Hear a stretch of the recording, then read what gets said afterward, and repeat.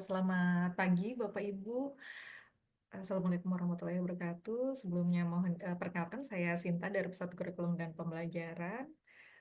Sejak beberapa waktu terakhir ini saya bertugas untuk mengembangkan tentang pendidikan perubahan iklim ini, dan alhamdulillahnya pada tahun lalu kita telah meluncing panduan pendidikan perubahan iklim yang bisa diimplementasikan di lapangan. Ini mungkin izin Pak Afif, saya langsung share screen ke paparannya ya.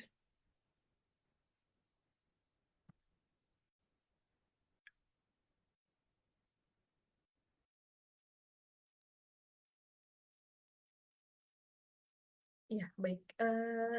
Jadi memang tema yang kita angkat untuk pendidikan perubahan iklim ini, Bapak Ibu, adalah bergerak bersama untuk pendidikan perubahan iklim dalam kurikulum. Karena memang terkait dengan pendidikan perubahan iklim ini merupakan aksi kolektif, tidak bisa hanya sendiri saja, tetapi kita mengedepankan gerakan bersama.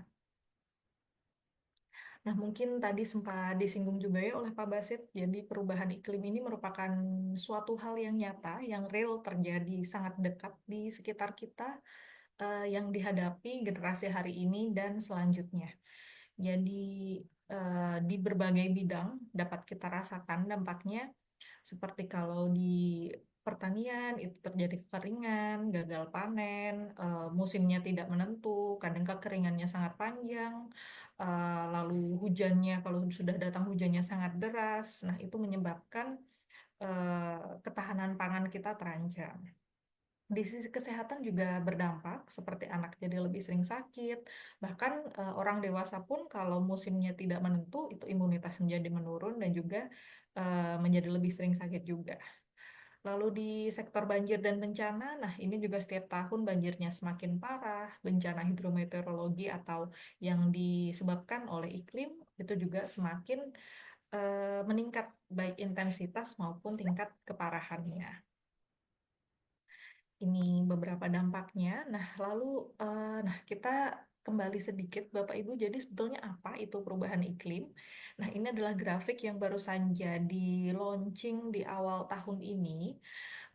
Jadi di target dari global itu adalah kita untuk mencegah kenaikan temperatur 1,5 derajat Celcius karena dampaknya itu sudah cukup luar biasa. Nah, tetapi ternyata pada tahun 2024 kemarin, suhu rata-rata global itu sudah melebihi 1,5 derajat Celcius, Bapak Ibu. Jadi ini sudah tidak lagi perubahan, tetapi sudah masuk ke krisis iklim sekarang. Karena bisa kita lihat dibandingkan dari zaman sebelum industri atau pre-industrial level, suhu kenaikannya itu sangat drastis sekali.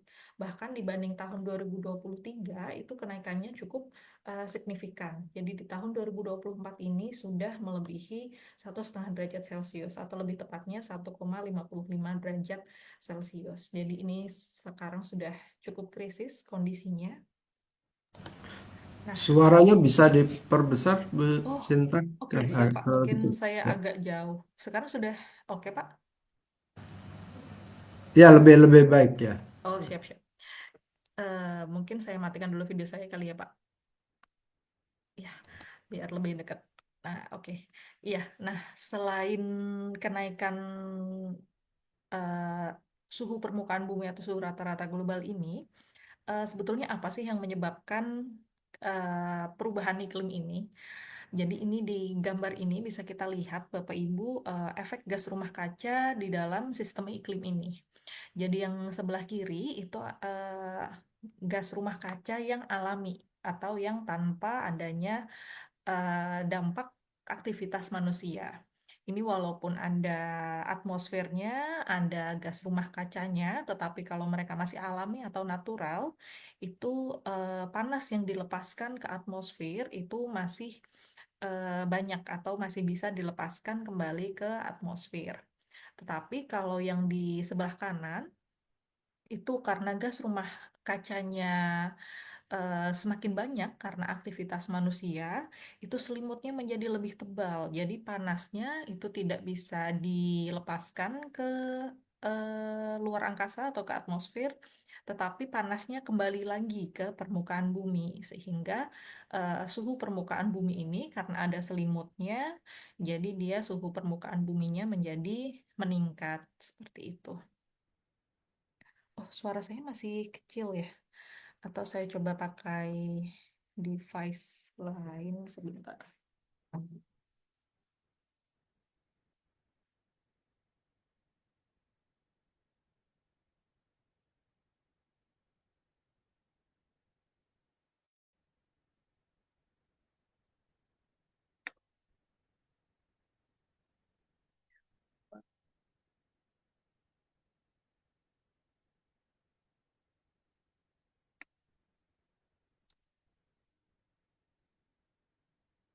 Sekarang sudah lebih jelas suaranya Bapak Ibu. Ini lebih kecil malahan. Oh, lebih kecil malah Pak. Oke. Oh ya udah, Baik. udah Oh, baik udah. ya. Oh, iya. Ya, Baik, baik. ya. Ya, mohon izin saya lanjutkan. Eh, jadi tadi kita sudah bahas terkait dengan efek gas rumah kaca. Nah, lalu sebesar apa sih kontribusi aktivitas manusia dalam emisi gas rumah kaca ini?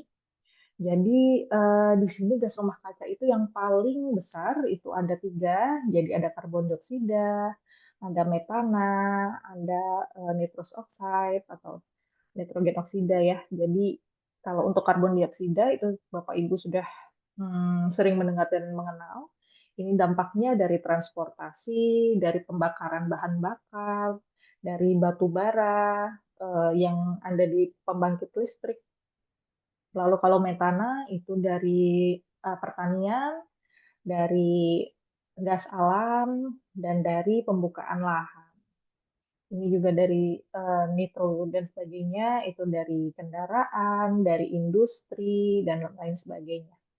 Eh, gas-gas rumah kaca ini dihasilkan oleh aktivitas manusia yang tadinya membentuk dalam tanda kutip selimut tadi di atmosfer sehingga meningkatkan suhu rata-rata permukaan bumi. Itu mungkin. Nah, lalu apa sih dampaknya? Nah, ini harapannya melalui kurikulum pendidikan perubahan iklim ini, kita bisa mempersiapkan generasi yang berketahanan terhadap dampak krisis iklim. Nah, dampaknya itu sangat banyak, Bapak Ibu, seperti yang sekarang mungkin dialami di beberapa daerah. Itu sedang terjadi banjir karena cuaca yang cukup ekstrim. Lalu di tahun lalu itu ada beberapa bencana seperti angin puting beliung, lalu ada gagal panen karena musim kemarau berkepanjangan di Aceh, lalu krisis ketersediaan air bersih di Probolinggo, ada longsor juga karena curah hujan ekstrim. Ini bahkan sekarang juga terjadi ya di beberapa daerah. Lalu ada banjirop karena tanggul di pesisirnya jebol, itu juga terjadi. Nah, yang paling penting itu kalau dulu, mungkin zaman saya sekolah dulu ya, sampai sekarang juga masih diajarkan kalau di Indonesia ini ada lapisan es abadi di puncak Jayawijaya. Nah, tetapi Bapak Ibu sampai sekarang itu esnya hampir habis karena esnya sudah meleleh dengan laju penipisan itu 2,5 meter per tahun ketebalannya. Jadi kalau kita tidak mencegah perubahan iklim ini, bisa saja dalam 5 tahun ke depan kita sudah tidak punya lagi lapisan es abadi yang selama ini mungkin kita sampaikan ke peserta didik.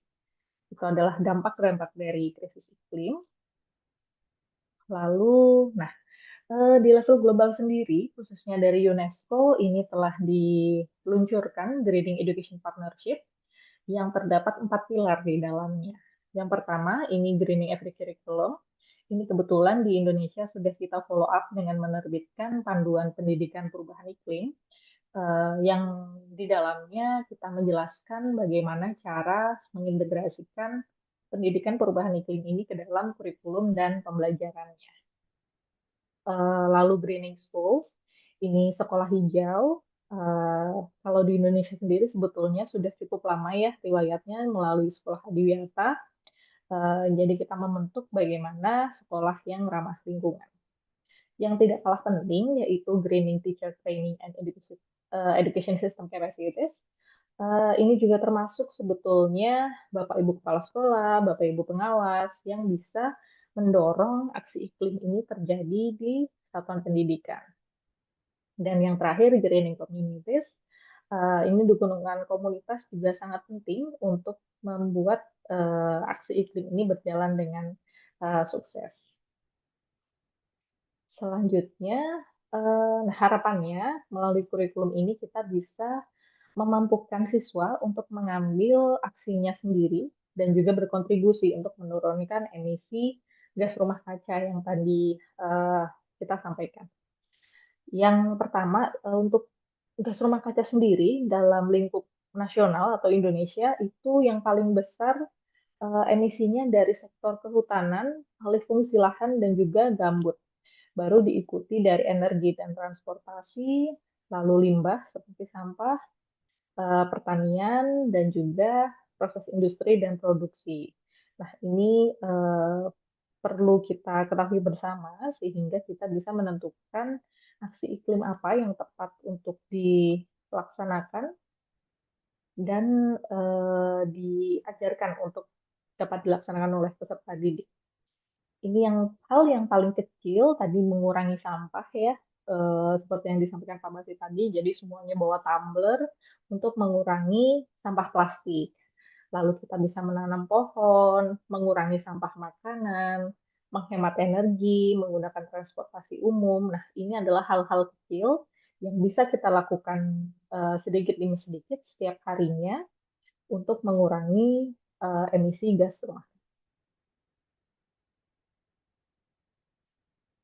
Nah, selanjutnya tidak hanya dampak yang menyeramkan seperti tadi, Bapak Ibu, yang menyebabkan bencana, menyebabkan kekeringan dan berbagai dampak lainnya, tetapi kita juga menangkap kesempatan yang muncul dari adanya perubahan iklim ini melalui ekonomi hijau.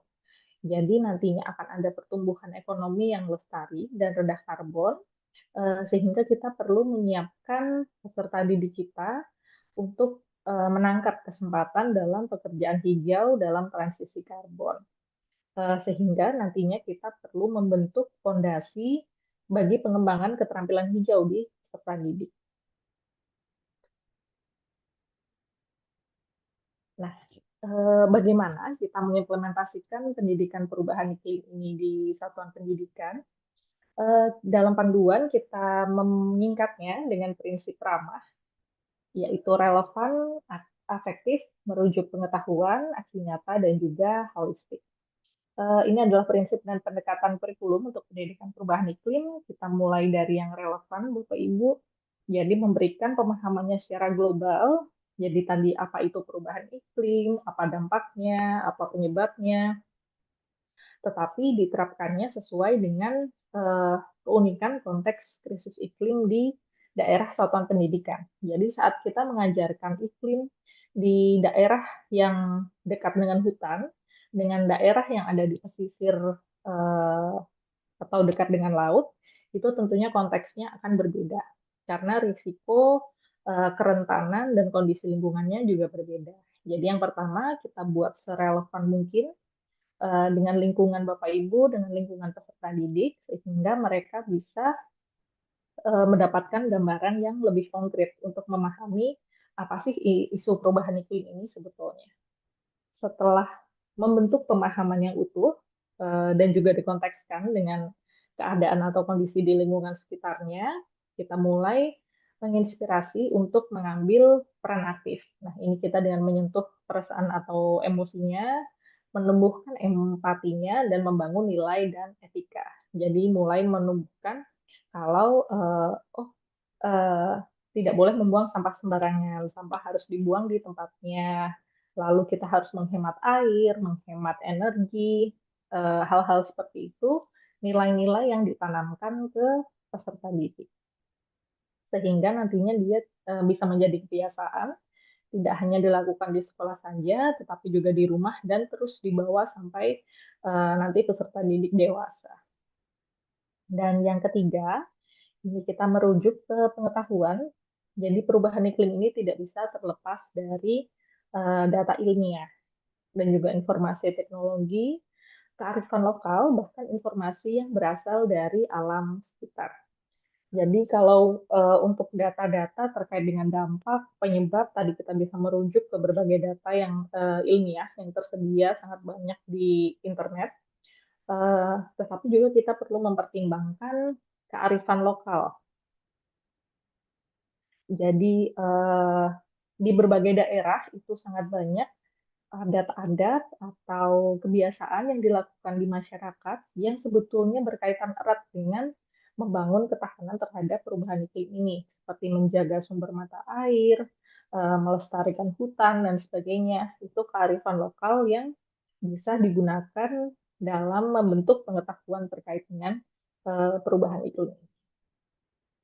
Nah, tadi setelah memahami eh, memahami konsepnya, membangun nilainya, lalu merujuk pengetahuan, lalu kita lakukan aksi nyata. Nah, perubahan iklim ini sangat erat kaitannya dengan aksi nyata dan juga aksi kolektif.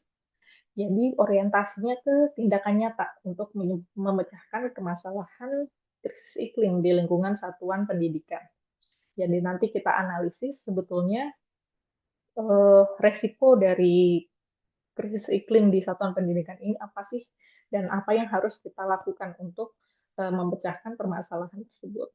Sebetulnya tidak harus melakukan suatu hal yang besar, tapi bisa dimulai dari hal-hal terkecil tadi seperti uh, tidak menghasilkan sampah plastik, jadi kita bawa alat minum, alat makan yang bukan sekali pakai atau bisa digunakan berulang, lalu menghemat energi, menghemat air, dan sebagainya. Itu aksi nyata terkecil yang jika dilakukan terus-menerus akan menimbulkan dampak yang cukup besar. Dan yang terakhir, pendidikan perubahan iklim ini merupakan suatu hal yang holistik. Jadi tidak hanya di satu mata pelajaran saja, tetapi bisa dipelajari dalam berbagai mata pelajaran. Bahkan bisa menjadi bagian dari kokurikuler, ekstrakurikuler, dan juga budaya sekolah. Jadi cukup holistik. Nah, ini untuk kompetensinya sendiri, Bapak Ibu di sini kita merancangnya, membaginya ke dalam 4 kompetensi. Di sini ada dampak, penyebab, adaptasi, dan juga mitigasi. Untuk dampak tadi sudah disampaikan sedikit ya di awal. Jadi itu kesadaran tentang situasi krisis iklim yang berpengaruh pada kehidupan peserta didik, baik itu seperti banjir, kekeringan, kenaikan suhu permukaan bumi, kenaikan permukaan laut. Itu adalah dampak-dampak dari perubahan iklim. Lalu terkait dengan penyebab, ini terkait dengan bagaimana aktivitas manusia itu menyebabkan kenaikan rata-rata suhu permukaan bumi di luar pola alamnya. Dia menghasilkan gas rumah kaca, sehingga suhunya meningkat. Lalu di sini ada adaptasi dan mitigasi. Mungkin saya next saja untuk adaptasi dan mitigasi. Nah, mitigasi kalau adaptasi dan mitigasi ini di perubahan iklim kaitannya sangat erat dengan aksi iklim. Jadi apa yang harus kita lakukan untuk mencegah dan mengatasi perubahan iklim ini, kita bisa mengkategorikannya ke mitigasi dan adaptasi. Kalau mitigasi itu kita bertujuan untuk mencegah memburuknya krisis iklim. Jadi tindakan pencegahan. Sedangkan adaptasi ini merupakan penyesuaian terhadap dampak dari perubahan iklim. Nah, contohnya kalau yang adaptasi itu adalah kita membuat tanggul penahan ombak karena meningkatnya permukaan air laut sehingga mencegah banjirop dan sebagainya. Tetapi mitigasi dan adaptasi ini bisa dilakukan juga secara bersamaan atau kita melakukan suatu hal tapi itu bisa berperan ke mitigasi, bisa juga berperan ke adaptasinya. Contohnya kalau di pesisir ini kita memulihkan hutan mangrove, ini bisa merupakan adaptasi karena berfungsi menahan ombak. Jadi dia menahan ombak, mengurangi abrasi ya, tapi juga bisa sebagai mitigasi karena mangrove ini bisa menyerap karbon dioksida dari atmosfer. Ini mungkin ada gambarannya, mohon maaf ini agak sedikit kecil Bapak Ibu. Di sini untuk aksi iklim sendiri tadi terdiri dari adaptasi dan mitigasi. Kalau yang di atas ini adaptasi seperti melindungi diri dari sengatan panas dan dehidrasi, menghemat penggunaan air, menampung air hujan, membuat bangunan yang ramah lingkungan, lalu membuat tanggul pemecah ombak. Lalu yang mitigasi ini seperti yang memilih jalan kaki, bersepeda, menggunakan transportasi umum, lalu menggunakan botol minum, tas kain, dan benda guna ulang lainnya. Lalu mengolah limbah menjadi produk yang lebih berguna, itu merupakan tindakan dari mitigasi atau pencegahan. Tetapi ada juga yang merupakan irisan dari adaptasi dan mitigasi, seperti memulihkan mangrove, memantau dan melestarikan ekosistem serta biodiversitasnya, lalu menyebarluaskan pengetahuan tentang krisis iklim, ini juga termasuk ke dalam aksi iklim, menghutankan kembali lahan kritis yang tadi sudah dialih guna, kita tanami kembali, dikondisikan supaya menjadi hijau lagi. Nah, ini ada yang di lingkup sekolah atau rumah, ini bisa membuat kebun di rumah dan sekolah, itu termasuk juga dalam aksi iklim. Dan yang sekarang banyak dilakukan itu seperti beralih ke sumber energi bersih, seperti surya, angin, dan juga air. Ini adalah beberapa aksi iklim yang bisa dilakukan. Nah, kalau untuk satuan pendidikan sendiri, ini langkah konkretnya dimulai dari berangkat dari konteks lokal. Jadi Bapak Ibu pengawas bisa memandu satuan pendidikan di wilayahnya untuk menganalisis konteks lokal, apa tantangan iklim di sekitar satuan pendidikannya. Apakah tantangannya adalah kekeringan, tantangannya banjir, atau tantangan-tantangan iklim yang lainnya. Lalu kita perlu bantu untuk menganalisis sumber daya apa saja yang dimiliki dari satuan pendidikan. Nah, sumber daya ini bisa beragam, Bapak Ibu. Bisa sumber daya manusia, bisa sumber daya alam, bisa juga berbagai sumber daya yang lainnya, berupa fasilitas atau eh, apapun yang sudah tersedia di satuan pendidikan tersebut. Kalau sumber daya manusia berarti Bapak Ibu guru yang ada di sana ataupun mempunyai kerjasama dengan pihak lain yang bisa mempromosikan aksi iklim ini sehingga pemahamannya terhadap perubahan iklim itu menjadi baik. Nah, tadi setelah menganalisis sumber dayanya apa saja yang sudah dimiliki, kita mulai mengidentifikasi cara integrasinya yang sesuai. Apakah ke intrakurikuler, kokurikuler, ekstrakurikuler, atau di budaya sekolahnya. Eh, Kalau sudah diidentifikasi, akan diintegrasikan kemana? Langkah selanjutnya adalah mengembangkan rencana pembelajarannya. Apakah kita integrasikan ke mata pelajaran IPAS atau IPA atau biologi atau ke bahasa atau mata pelajaran lainnya. Nah, nanti kita sisipkan ke dalam eh, rencana pembelajaran tersebut. Atau kalau kita mau melaksanakan di P5RA misalnya, itu bisa juga disisipkan ke modul P5RA. Atau hanya berupa pembiasaan atau di budaya sekolah seperti tadi pembiasaan menggunakan alat makan dan minum guna ulang, lalu membiasakan menutup air jika tidak digunakan, dan lain sebagainya. Nah, ini selanjutnya kalau sudah diidentifikasi, sudah dianalisis, dan juga dikembangkan rencana pembelajarannya, untuk memaksimalkan aksi iklim yang dilaksanakan di satuan pendidikan, itu kita juga bisa mengidentifikasi potensi kemitraan dengan pihak lain.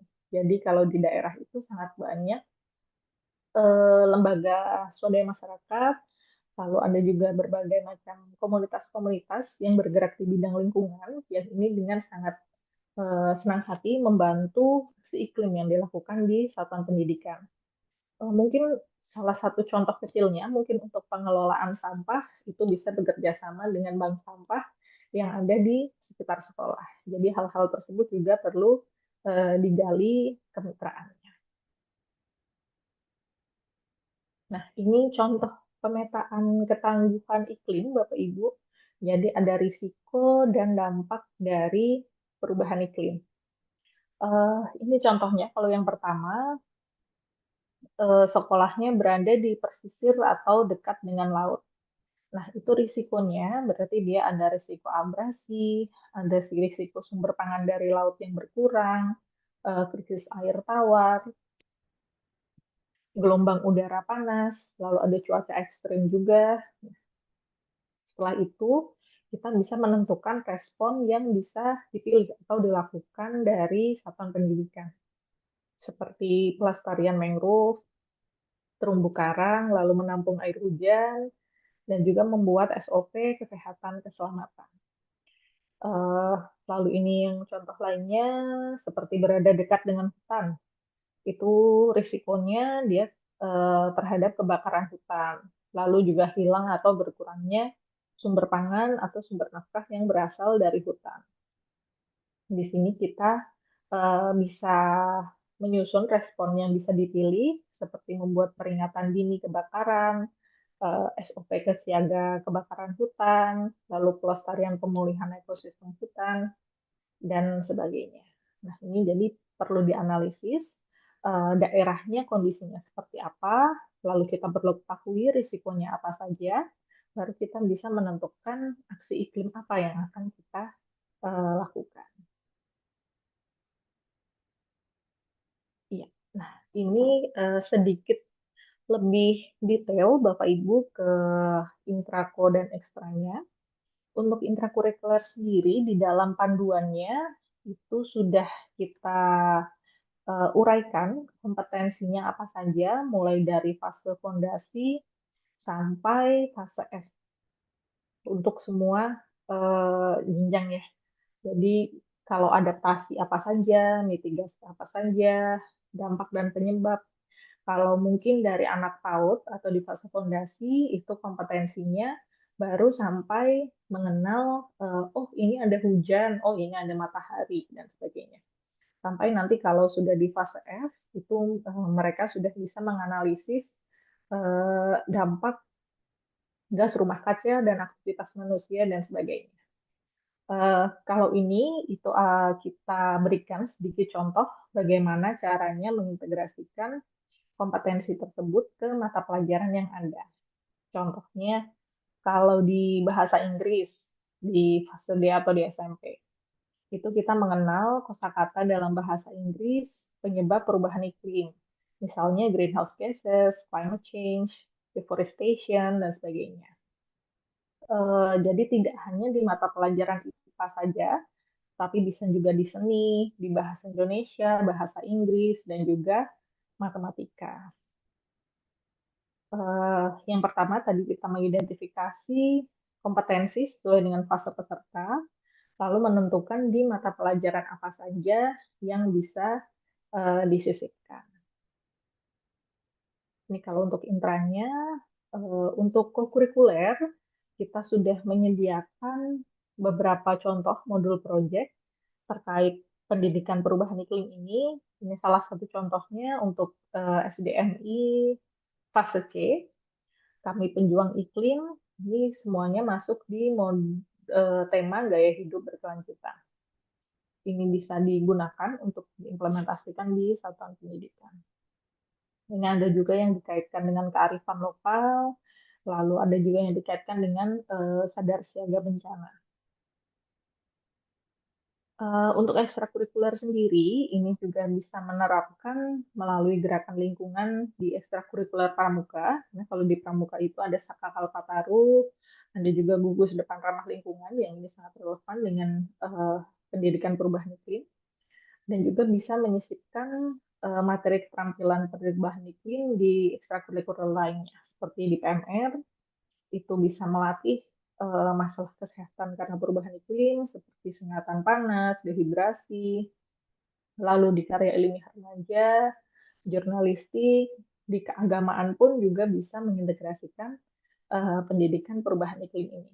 Karena di dalamnya bisa terdapat ayat yang terkait dengan lingkungan, akhlak terhadap lingkungan, dan sebagainya.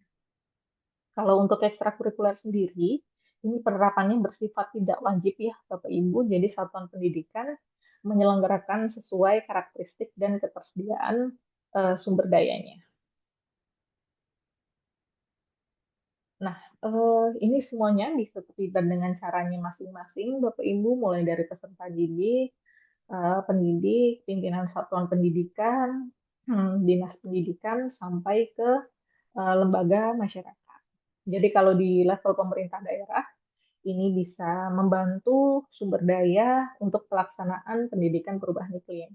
Jadi Bapak Ibu pengawas di sini mungkin setelah mengikuti webinar bisa menyampaikan ke sekolah binaannya terkait apa itu pendidikan perubahan iklim, bagaimana kita bisa mengimplementasikannya, lalu bisa menghubungkan dengan kemitraan yang lebih luas sehingga aksi iklim yang dilakukan di satuan pendidikan ini menjadi lebih mudah dilaksanakan.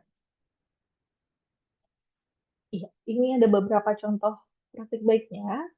Ini yang intrakurikuler, gitu di mata pelajaran IPA, anak-anak diajak untuk survei pemutihan terumbu karang, karena kebetulan sekolahnya lokasinya di Raja Ampat, jadi di depan sekolahnya itu banyak terumbu karang, jadi bisa dilakukan survei pemutihan terumbu karang. Tapi kalau sekolahnya yang mungkin berada di eh, dekat hutan atau berada di perkotaan, itu nantinya akan menyesuaikan sesuai dengan konteks sekolah masing-masing. Lalu untuk kokurikuler itu kita bisa bercocok tanam untuk ketahanan pangan dan ekstrakurikuler ini karya ilmiah remaja, dia membuat inovasi sistem peringatan dini banjir di SMK Informatika di Depok karena di Depok sering banjir. Nah, ini beberapa contoh implementasinya. Nah, lalu untuk lebih lanjut, lebih detailnya, Bapak Ibu bisa diakses di website kurikulum.kemdikbud.go.id. Di sana ada panduan pendidikan perubahan iklim. Di dalamnya lebih lengkap, mulai dari apa itu perubahan iklim, sampai bagaimana implementasinya, peran dari masing-masing pemangku kepentingan, dan juga contoh-contoh implementasinya. Nah, ini sedikit tambahan Bapak Ibu integrasi di dalam buku teks, modul ajar, dan juga modul proyeknya. Sebetulnya selama ini kita sudah banyak mengintegrasikannya di buku teks di modul. Ini contohnya di bahasa Indonesia kelas 6, ada terkait yang membahas dengan kontroversi di balik industri fast fashion. Nah, ini dampaknya terhadap lingkungan seperti apa, dampaknya terhadap ekonomi, lalu solusinya, nah, apalagi dengan adanya eh, online platform atau belanja online ini marketplace, ini fast fashion ini sangat eh, marak terjadi ya Bapak Ibu. Jadi harganya murah, mudah diakses, jadi perputarannya sangat cepat. Nah, tapi ini tidak ramah lingkungan. Ini dibahas seperti apa saja dampak dan solusinya terhadap industri fast fashion ini.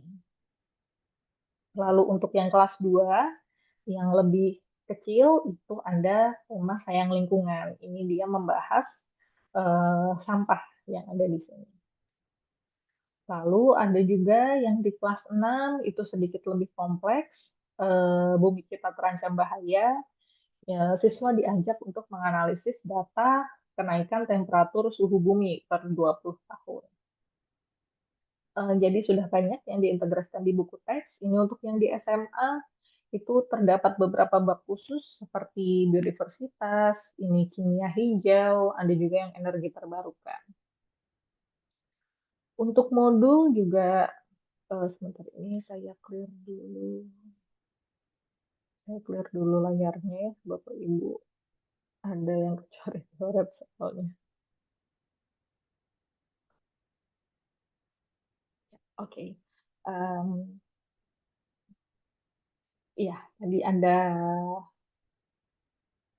Oke, nah ada modul ajarnya itu kita di Pusat Kurikulum dan Pembelajaran telah mengembangkan beberapa modul. Ada yang terkait dengan zero waste atau nol sampah, ada yang juga terkait dengan biodiversitas. Ini bisa diakses di platform Merdeka Mengajar. Ini juga modul proyeknya terkait dengan lestarikan keanekaragaman hayati, stabilkan ekosistem bumi. Ini banyak yang sudah kita susun dan bisa diakses juga di PMM. Ya, mungkin dari saya itu dulu Bapak Ibu, mari wujudkan pendidikan perubahan iklim sebagai gerakan bersama untuk generasi hari ini dan yang akan datang. Terima kasih, selebihnya kurang lebih mohon maaf. Wassalamualaikum warahmatullahi wabarakatuh. Saya kembalikan ke Pak. Assalamualaikum, Waalaikumsalam warahmatullahi wabarakatuh. Terima kasih Bu Sinta atas paparannya. Bapak Ibu sekalian, eh, kita akan buka tanya jawab ya. Nah, cara mengajukan pertanyaan adalah silakan Bapak Ibu sekalian tulis di kolom chat pertanyaannya sehingga nanti Bu Sinta bisa melihat chat itu dan kemudian memilih untuk yang nanti dijawab. Itu yang pertama. Yang kedua nanti kalau masih ada waktu kita akan buka untuk tanya jawab secara langsung dengan menyampaikan pertanyaannya. Tapi yang utama silakan ditulis di kolom chat. Sambil menunggu pertanyaan Bapak Ibu sekalian,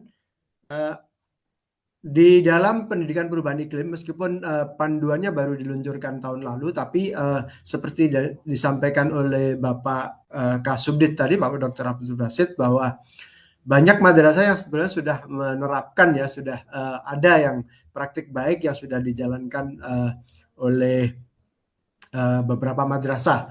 Ini salah satu atau beberapa contoh yang sudah menjalankannya dan akan kita beri kesempatan untuk berbagi praktik baik di madrasah masing-masing. Saya panggil yang pertama Ibu Ika Zubaidi Irfan. Apakah sudah join Ibu Ika?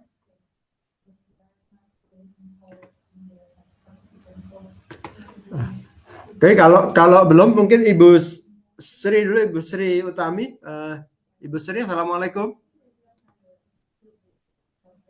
Waalaikumsalam warahmatullahi wabarakatuh. Ya, Ya, Pak ya. Afif.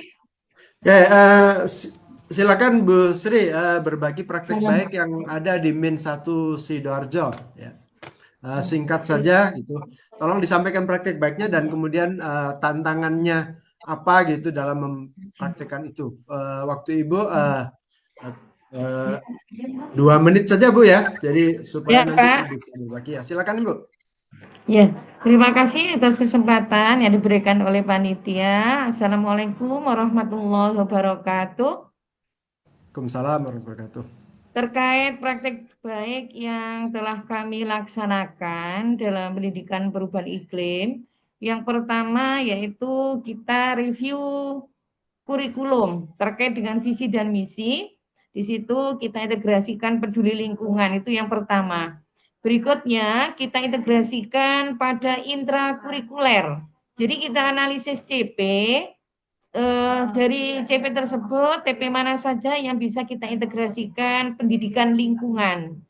Berikutnya yang kedua yaitu kegiatan co-kurikuler, ini meliputi beberapa tema, tapi tema yang terkait dengan pendidikan lingkungan kami mengambil gaya hidup berkelanjutan. Insya Allah ini akan dilaksanakan pada semester 2. Berikutnya yang ketiga yaitu kegiatan ekstrakurikuler. Pada kegiatan ekstrakurikuler ini beberapa ekstra ini program kerjanya harus integrasi dengan pendidikan lingkungan hidup. Bisa memilih beberapa isu konservasi energi terkait keanekaragaman hayati dan sebagainya. Nah, untuk mendukung kegiatan tersebut, maka madrasah melakukan kerjasama tentunya yang pertama dengan warga madrasah. Jadi kami melakukan sosialisasi terkait dengan masalah yang ada di Min 1 Sidoarjo. Jika musim penghujan itu kan banjir. Kemudian saat panas itu suhunya mengalami kenaikan yang disebabkan oleh kami berada di lingkungan industri, kemudian wilayah yang padat penduduk. Nah, itu menjadi tantangan tersendiri bagi kami, sekaligus sebagai umat Islam, di situ tetap ketika rapat dinas kami juga menyampaikan bahwa kewajiban sebagai umat Islam untuk menjaga alam dari kerusakan. Pun tak lupa setiap kali upacara, kegiatan pembiasaan, artinya baik adaptasi maupun mitigasi kami sampaikan dalam kegiatan upacara. Dalam ekstra tadi terintegrasi dalam proker, kerjasama meliputi dengan wali murid, Jadi kita mengembangkan jejaring, kemudian dengan pemerintah desa, kemudian dengan lembaga formal dan non formal, kemudian dengan industri, dunia industri. Jadi kita kesempatan itu, peluang itu kita ambil untuk kerjasama CSR. Alhamdulillah kami mendapatkan beberapa bantuan terkait sarana kebersihan, kemudian ada juga kontribusinya tanaman dalam menghijaukan madrasah. Selain itu ada pembiasaan yaitu Jumat bersih 1 bulan sekali itu minimal, dan itu pun bisa frekuensinya meningkat. Jadi kita lihat kondisi yang ada.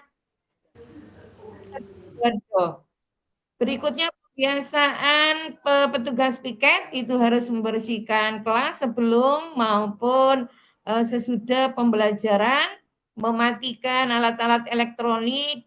Kemudian, nah ini yang cukup menarik, yang bisa mengurangi jumlah sampah secara signifikan. Jadi madrasah fasilitasi tempat jajan anak-anak, yaitu bahan dari stainless untuk membeli makanan di kantin. Jadi di kantin itu sudah tidak lagi menyediakan bahan gelas plastik, kemudian makanan berbungkus plastik. Jadi alhamdulillah itu sangat signifikan terhadap pengurangan jumlah sampah di Min 1 Sidoarjo. Tantangannya Ibu Sri, barangkali Dalam tantangannya apa? Tantangannya apa? nah ini mindset teman-teman dari tenaga pendidik maupun tenaga kependidikan berulang kali menyampaikan, Bu, meskipun kita melakukan penghijauan, toh nanti ketika tanaman itu mati tidak ada lagi yang merawat, biayanya besar. Alhamdulillah, dari situ kita lakukan, kita menggandeng dinas pendidikan terutama, kemudian untuk peningkatan kompetensi Bapak Ibu guru, ada sosialisasi secara masif dalam madrasah dwiata. Jadi kita menggandeng dinas pendidikan, apa di situ peran sebagai seorang pendidik dan tenaga kependidikan. Alhamdulillah melalui sosialisasi itu dan pendampingan dalam penyusunan modul ajar, alhamdulillah sudah bisa meningkatkan kompetensi Bapak Ibu guru. Pun dukungan dari pemerintah desa terus kami intenskan. Karena ketika banjir itu Min 1 itu diapit oleh 2 sungai, sebelah timur dan sebelah selatan. Jadi itu merupakan kendala yang terbesar ketika sungainya itu dangkal, bagaimana kami mengajak kerja bakti, dan itu pun dukungan dari pemerintah desa pun kurang optimal. Jadi kami menggerakkan masyarakat sekitar. Begitu Baik. Pak. Terima kasih banyak Bu Sri mohon Utami ya. bimbingannya. Mudah-mudahan Terima sukses kasih. dan lancar di Min Assalamualaikum 1. warahmatullahi wabarakatuh. Waalaikumsalam Waalaikumsalam warahmatullahi warahmatullahi wabarakatuh. wabarakatuh. Ya. Terima kasih banyak Bu Sri Utami. Jadi ini Sama-sama mudah-mudahan Bapak. lancar kegiatan di Min 1 Sidoarjo ya. Terima Nah, kasih. ini satu lagi praktek baik dari Jombang ya.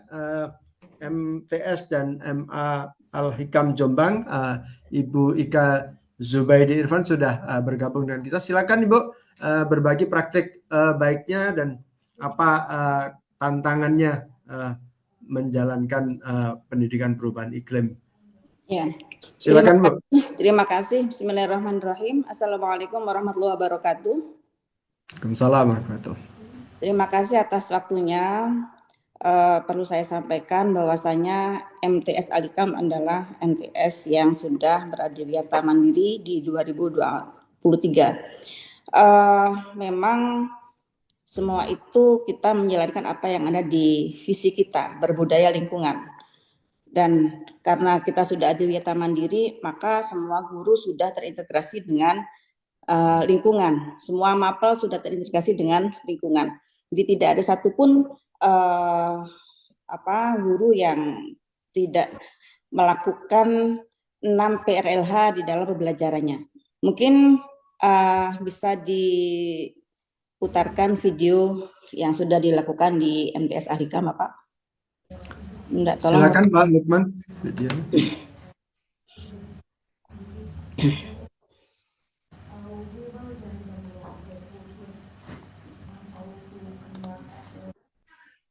Pak Lukman.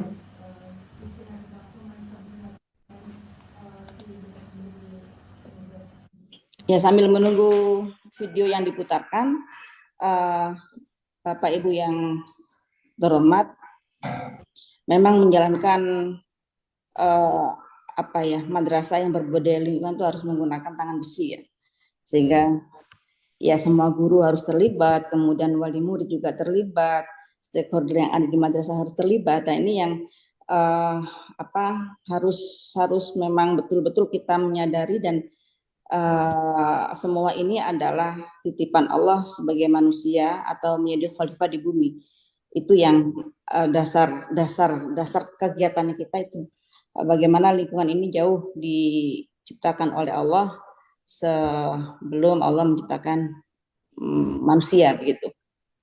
Dan kebetulan saya sebagai ketua Himpunan Penggiat Adiwiyata Indonesia Kabupaten Jombang, mungkin juga ada HPAI di kabupaten Bapak Ibu masing-masing gitu ya. Sehingga kalau terkait dengan adiwiyata atau yang berbasis lingkungan bisa kolaborasi dengan HPAI. Belum bisa ini ditampilkan.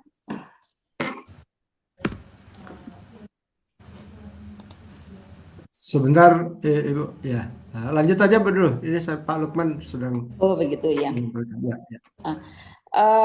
Memang tantangannya Bapak, ketika kita sudah melakukan proses berbudaya lingkungan itu nanti ada di kelas 1 mungkin ya, kelas 1 atau kelas baru itu. Itu yang kemudian habit mereka di sekolah sebelumnya masuk di sekolah kita ini ngatur ini nggak cukup 1 tahun begitu, mungkin 1 semester pun juga belum berbudaya, masih taraf peduli gitu kan beda, peduli dengan berbudaya kan beda. Nanti 1 tahun dia sudah menerapkan nilai-nilai berbudaya lingkungan itu, nanti datang lagi di anak kelas barunya. Itu yang kemudian setiap tahun itu kita harus mencari cara, karena anak itu kan berbeda dari zaman-zaman berbeda. Mungkin yang tahun kapan itu saya kasih ini hadisnya tentang bersuci kebersihan, ini hadisnya tentang pengolahan sampah, ini hadisnya tentang menanam, ini hadisnya tentang energi, kemudian hemat air, hemat listrik, kemudian inovasi. Itu anak yang berapa tahun yang lalu cepat melakukan ya, karena ini tuntunan. Tapi kalau sekarang tahun ini itu sudah berbeda, model anaknya itu berbeda, sehingga kita sebagai pendidik harus mencari cara bagaimana ini keberlangsungan sekolah hijau, sekolah ramah lingkungan ini harus tetap terjaga. Ini yang memang sulitnya, tantangannya di sini. Tapi kalau Bapak Ibu gurunya komitmen, wali muridnya komitmen, saya pikir tidak ada yang sulit sih. Semuanya kita gotong bareng-bareng lah untuk mewujudkan itu gitu. Di tempat kami mungkin bisa langsung saya cerita saja ya Pak ya, sambil menunggu videonya ya. Silakan Bu, silakan. Ya. Di tempat kami ada kendala downloadnya nih. Ya. Di tempat kami itu ada yang pertama adalah, atau Ibu Ika bisa langsung share sendiri. Ya, ini saya masalahnya pakai ini nih. Oke. Ya. Ya, hanya host yang bisa berbagi. Di tempat kami itu ada pengolahan sampah, Bapak. Jadi pengolahan sampahnya itu ada 2 jenis, organik dan anorganik. Kebetulan di tempat depan kelas-kelas kami itu tidak ada tempat sampah sama sekali, tidak ada. Jadi tempat sampahnya itu berupa kantong yang kami buat sendiri dan diletakkan di dalam kelas. Dan kebetulan memang di kantin kami sudah tidak diperbolehkan yang namanya bungkus plastik basah. Ini. Tapi kalau yang minum aqua botol itu masih bisa, atau bukan aqua lah, merek lain ya, itu masih bisa. Kemudian yang gelas juga masih bisa, tapi dengan syarat bersih, tidak ada bekas saus atau apapun. Pokoknya yang dilarang adalah plastik kotor, itu haram bagi madrasah kami, sehingga tidak ada sampah yang bau begitu ya, atau yang kotor. Anak-anak bisa memasukkan masing-masing sesuai dengan jenisnya organik dan organik itu dalam kelasnya, karena kan kering ya. Ditaruhlah itu di dalam kelas, ada kantong-kantong, dan setiap Jumat anak-anak itu akan menyetorkan di siswa yang memang ditunjuk sebagai Pokja pengolahan sampah, dia akan menyetorkan sampah kelasnya, kemudian ditimbang, dan itu menjadi tabungan masing-masing kelas. Jadi di kami itu ada namanya SIM card gitu ya, kartu cerdas, yang mana kartunya itu seperti ATM, bisa dibuat belanja begitu. Ini juga inovasi kami, dan sekolah dan kelas masing-masing punya itu. Nah, nanti anak-anak bisa menukarkan dari hasil penjualan sampahnya masing-masing kelas itu, bisa sapu atau sula atau apapun yang hubungannya dengan kebutuhan kelasnya. Dan itu tidak hanya dari sampah kita saja, tapi juga anak-anak bisa membawa dari sampah di luar madrasah, di rumahnya dikumpulkan, kemudian tetangganya dikumpulkan. Tidak hanya sampah plastik saja, tapi juga sampah minyak jelantah. Ini minyak jelantah yang menggiurkan Bapak Ibu. Kalau panjenengan punya murid atau binaannya punya murid 1.000 atau 500 siswa, itu nggak mungkin minyak jelantahnya nggak ada gitu.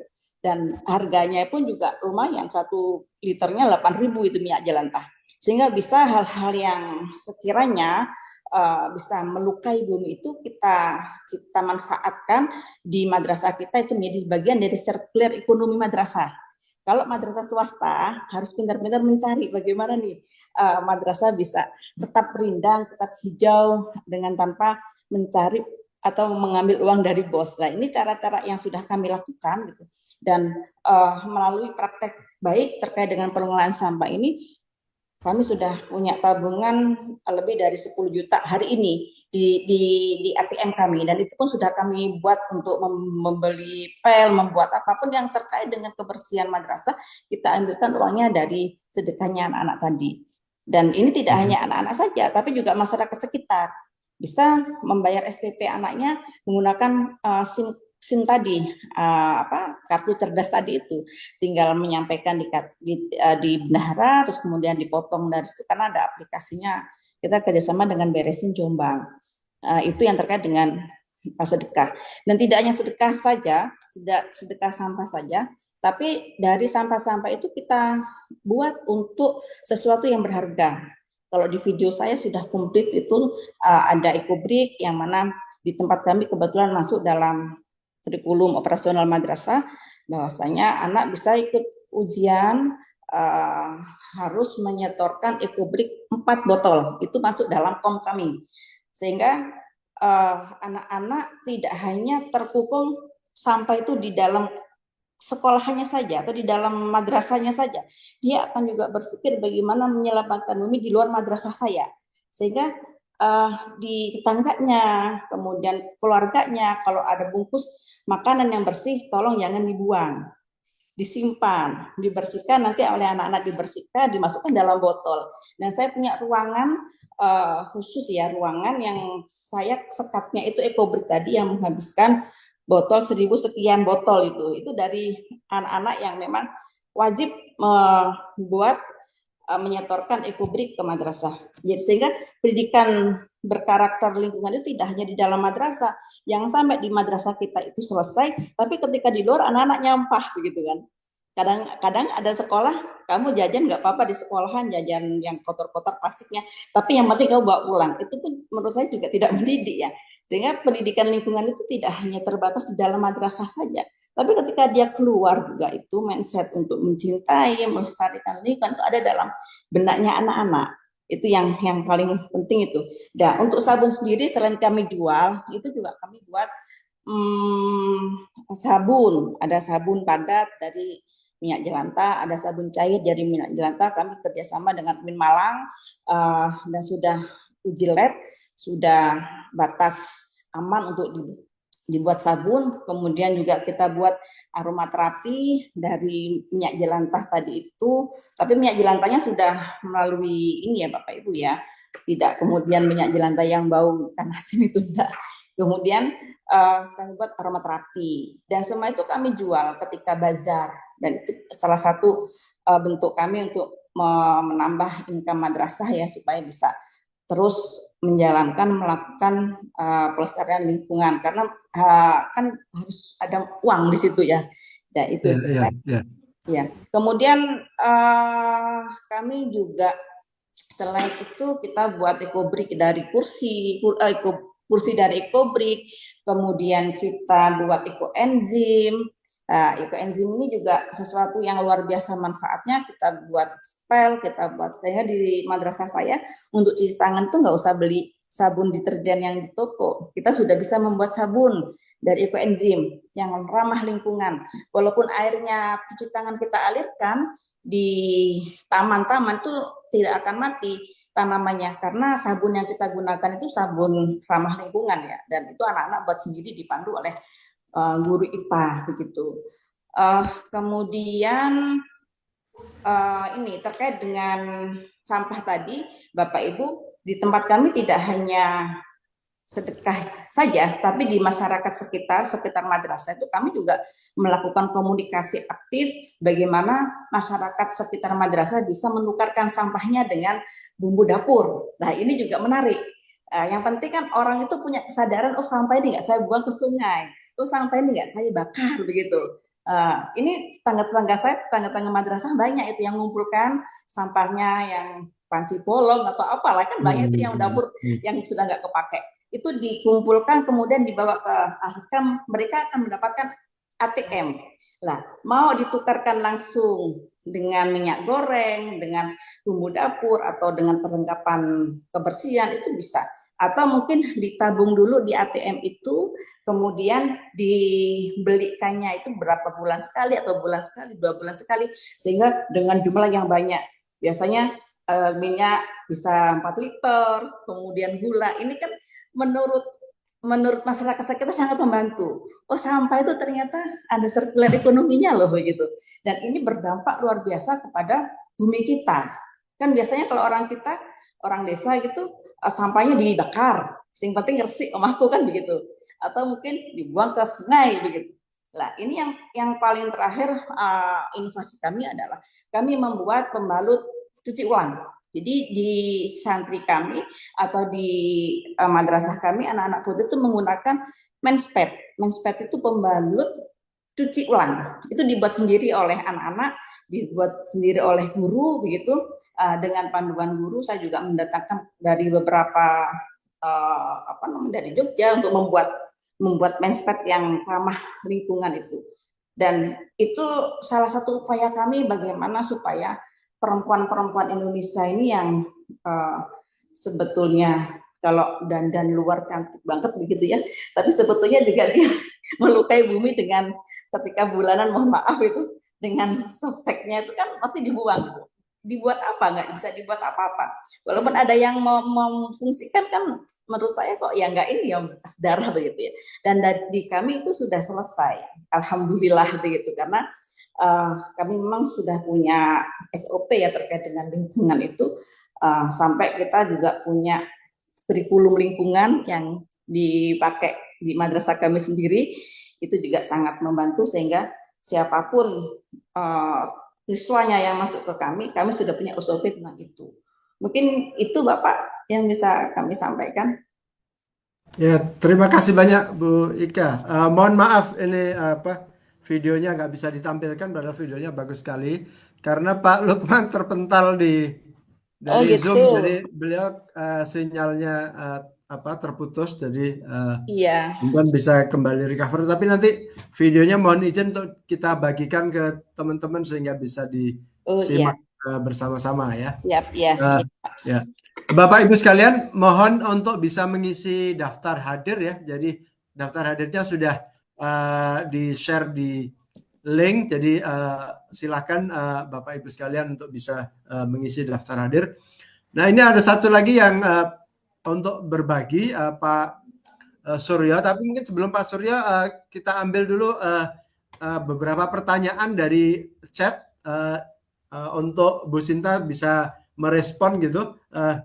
Silakan Bu Sinta untuk memberikan jawaban beberapa pertanyaan. Saya kira bagus-bagus pertanyaannya, misalnya kayak apakah adiwiyata bubar, bagaimana menerapkannya PPI di madrasah.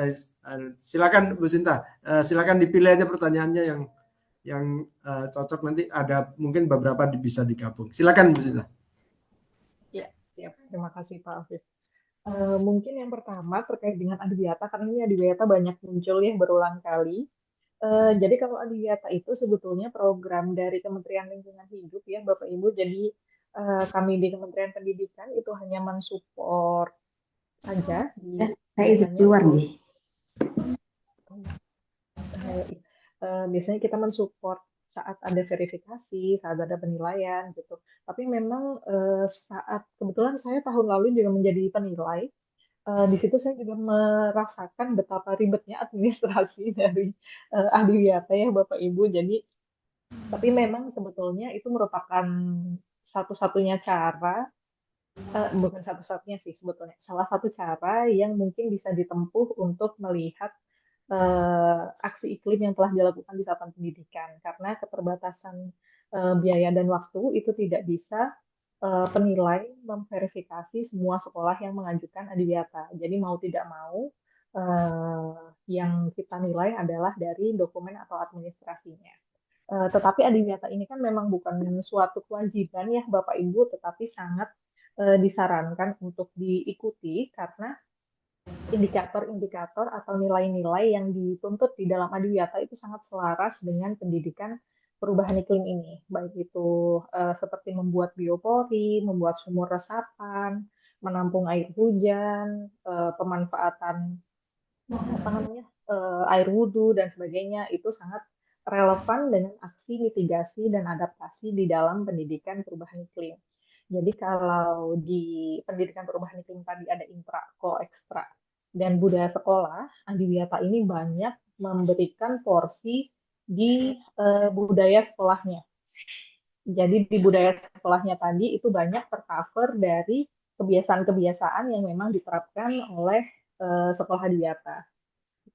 Jadi sebetulnya walaupun sekolah tidak mendaftar atau tidak ingin mendapatkan predikat sekolah adiwiyata, sekolah juga tetap bisa melaksanakan kegiatan-kegiatan yang telah dilaksanakan oleh sekolah adiwiyata tersebut untuk memberikan gambaran yang lebih konkret bagaimana mengimplementasikan pendidikan perubahan iklim ini di sekolah. Seperti itu mungkin kalau kaitannya dengan adiwiyata. Karena sebetulnya adiwiyata sendiri ini kan tidak ada hadiah materialnya ya, hanya berupa penghargaan sertifikat gitu. Tapi ini sangat bagus untuk diterapkan karena saya kemarin mengunjungi beberapa sekolah, memang sekolah-sekolah yang sudah mempunyai predikat adiwiyata itu lebih hijau dan lebih sustainable, lebih lestari ya lingkungannya. Dan ini sangat selaras dengan pendidikan perubahan iklim gitu. Dan ini juga bisa menjadi salah satu sumber untuk meningkatkan sumber daya, bisa bertukar best practice Bapak Ibu jika di lingkungannya itu sudah ada yang adiwiyata mandiri atau adiwiyata nasional, itu biasanya ada kewajiban untuk pengimbasan ke sekolah di sekitarnya. Nah, ini bisa digali supaya bisa diterapkan juga di sekolah Bapak Ibu seperti itu. Itu kalau yang dari adiwiyata. Terus ini ada satu lagi Pak Afif terkait dengan apa kunci yang mesti ada dalam merancang PPI sehingga dapat diterapkan di madrasah. Nah, yang pertama itu kemauannya dulu Bapak Ibu. Jadi terpantik sudah sadar bahwa krisis iklim ini nyata. Karena berdasarkan survei di Indonesia sendiri ini masih banyak yang menolak adanya isu perubahan iklim ini. Jadi masih menganggap bahwa perubahan iklim ini tuh kayak apa sih itu masalah, bukan masalah nyata. Maksudnya nggak usah ikut-ikut gitu. Nah itu yang penting kita sadar dulu mau bergerak. Nah kalau sudah sadar mau bergerak, baru kita bisa melakukan tindakan. Jadi tadi mulai dari maaf ada yang bocor. Dipakai kah? Ya, Ayo, yang bocor. kita ngerti. Jadi Ya, oke. Jadi kalau sudah memiliki kesadaran, kemauan untuk bergerak, tadi kita bisa sharing pengetahuannya, memberikan pemahaman yang baik. Setelah memiliki pemahaman yang baik, melakukan aksi nyata, lalu mengimbaskan ke lingkungan di sekitarnya, baik ke peserta didik maupun ke masyarakat sekitar sekolah, lalu di rumah juga menerapkan kebiasaan-kebiasaan yang ramah iklim tadi. Itu mungkin Pak Afif, atau ada yang mau di ini lagi? Masih ada waktu kah?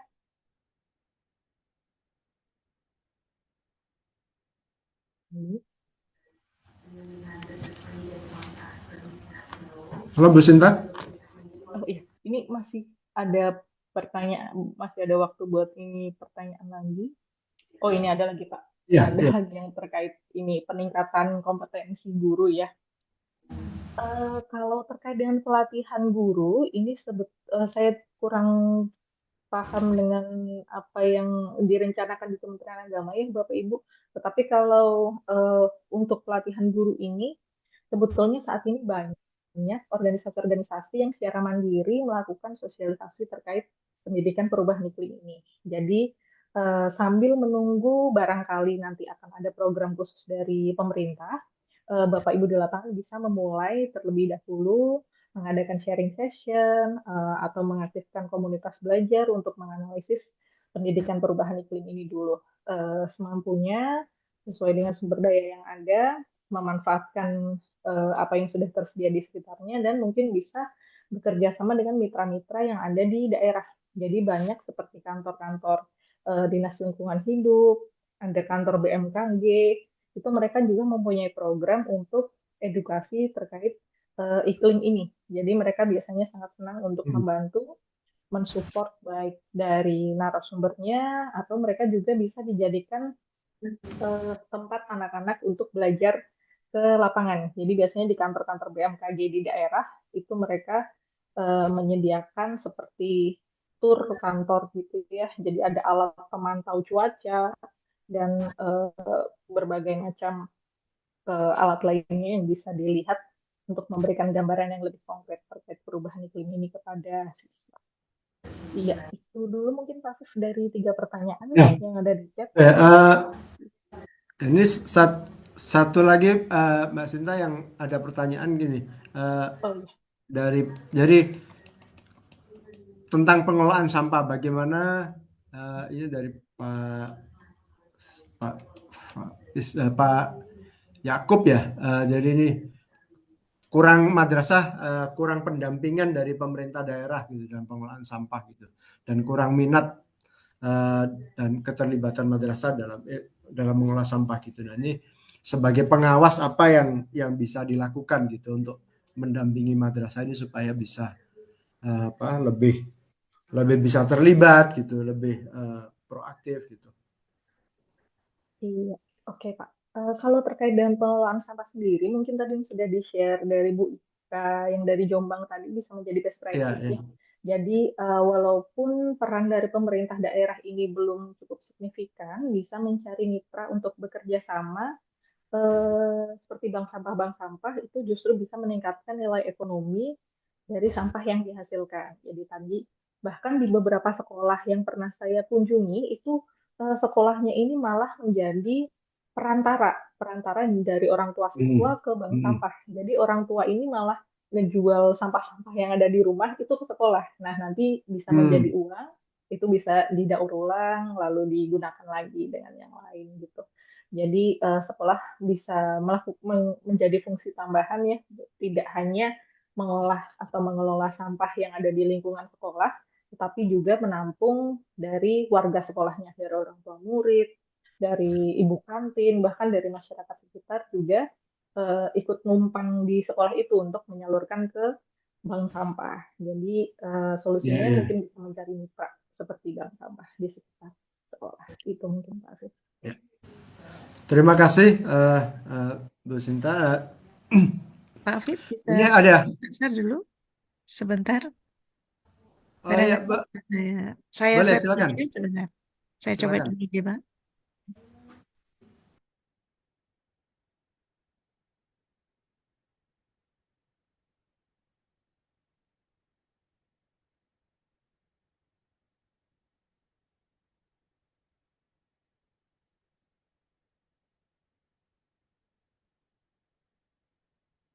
Sudah muncul Pak Afif? Belum, Bu. Oh ya, mulai muncul. Tapi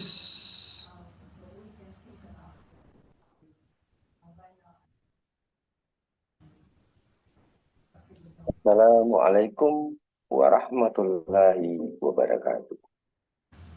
Saya Novia Dorsain, pengawas pembina pada Madrasah Aliyah Swasta Silinara, Kabupaten Aceh Tengah, Provinsi Aceh. Madrasah Aliyah Swasta Silinara adalah salah satu di antara madrasah swasta yang berada tepat di Kabupaten Aceh Tengah, Provinsi Aceh. Berdiri sudah hampir 20 tahun. Jarak dari ibu kota provinsi lebih kurang 350 km.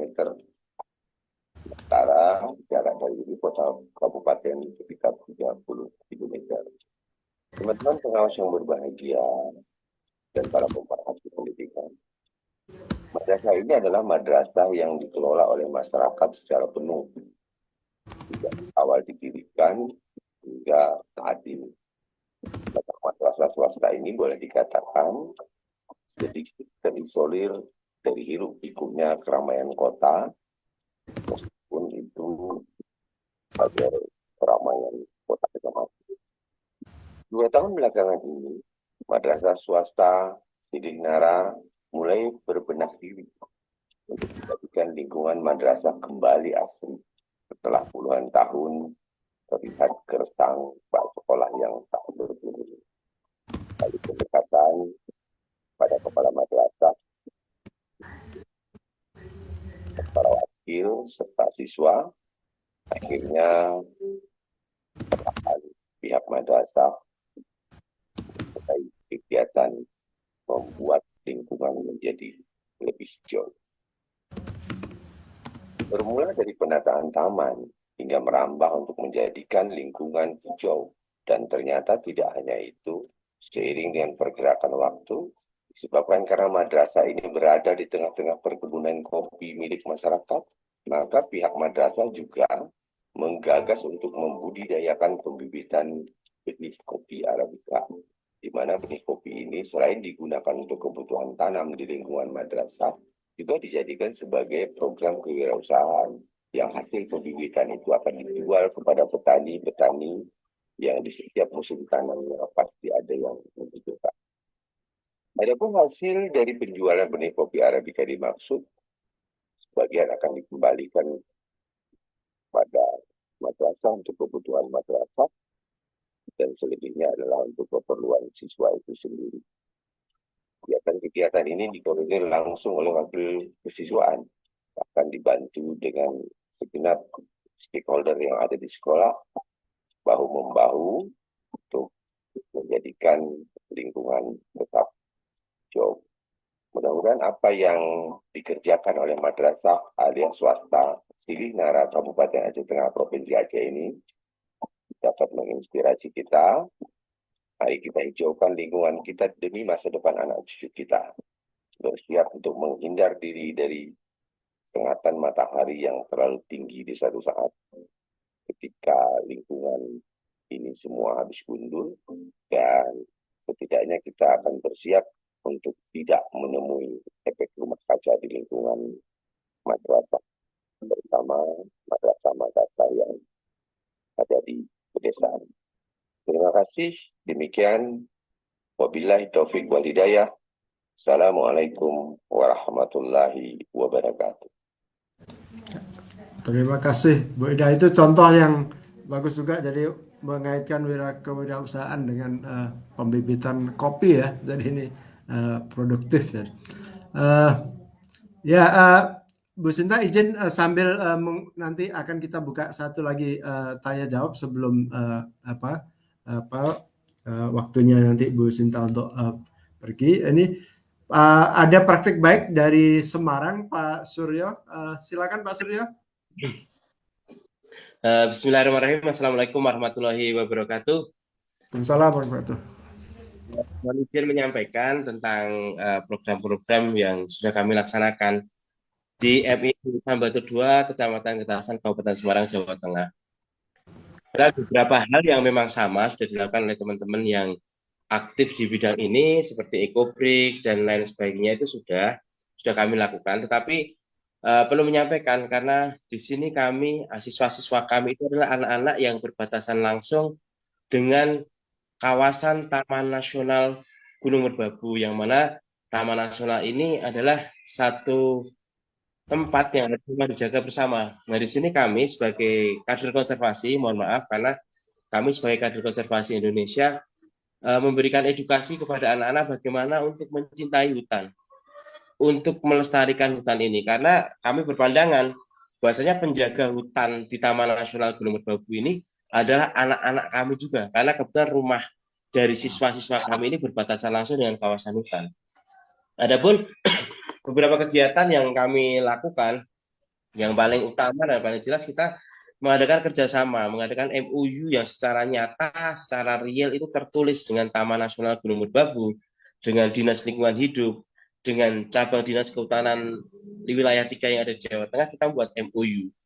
MOU itu berisi apa? Yang jelas satu, kita boleh melakukan aktivitas bersama anak-anak untuk melakukan edukasi, praktek langsung, bagaimana menanam yang benar, bagaimana merawat tumbuhan, bagaimana kita memantau satwa yang ada di sana, bagaimana anak-anak itu peduli ketika terjadi bencana, seperti beberapa tahun yang lalu bencana kebakaran hutan yang mengakibatkan beberapa desa harus diungsikan atau dipindahkan karena dampak dari asap ini. Tapi tentang bahaya karhut tetap seringkali muncul. Lah ini bagaimana kita mengadakan atau memberikan edukasi kepada anak-anak. Anak-anak kita ajak ke hutan. Sesekali kita pembelajaran kita ke hutan. Bahkan di sini ada satu wisata namanya Spekta Merbabu. Kita mengadakan kerjasama dengan wisata ini sebagai CSR. Bagaimana anak-anak itu bisa mengakses untuk melakukan pembelajaran di hutan atau di wisata yang ada di hutan ini. Tentunya harapan akhirnya adalah sumber air dan udara segar agar tetap bisa dinikmati oleh masyarakat sekitar. Dengan budayanya ada di sini, nama budayanya adalah saparan atau merti dusun, atau dalam bahasa Indonesianya itu merawat sumber air.